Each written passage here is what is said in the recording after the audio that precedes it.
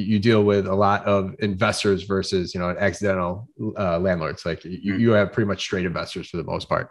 And of those straight investors, you have a lot of out of state versus local.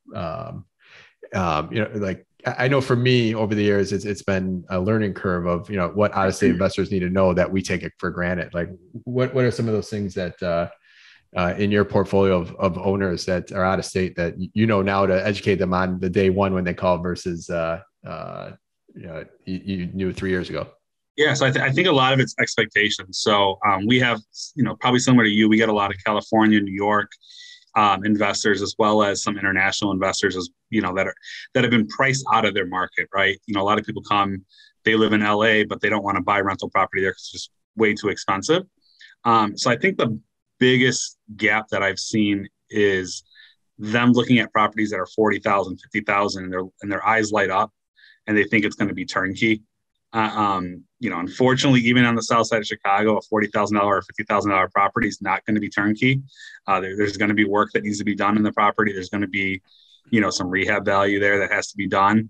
Even if it's sometimes looks like it's ready on the outside, over the next 2 or 3 years, you're probably bound to have some kind of issue with plumbing or older roofing stock and things like that. So just making sure they really know what they bought has been the biggest effort that I've had to put forward that I didn't realize at first. If I'm working with the investor before they buy, making sure they're getting an inspection, making sure they know the problems beforehand.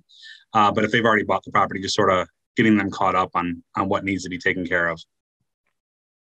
Yeah, weather related. I think a lot of people don't understand the wear and tear that are this is anywhere in the city, just call it Chicago market, that these properties take on that someone from California doesn't understand. They don't understand furnace issues. They don't understand the gutter. Palm tree leaves don't fall in your gutters and back up and flood in your basement. So there's a lot of those type of things that we take for granted. It's just kind of normal things that have to be done. And for me, when those things would come up, it's like, yeah, dude, you got to spend a few $100 to do your gutters every year. And they're like, right. I've never cleaned my gutters into my life.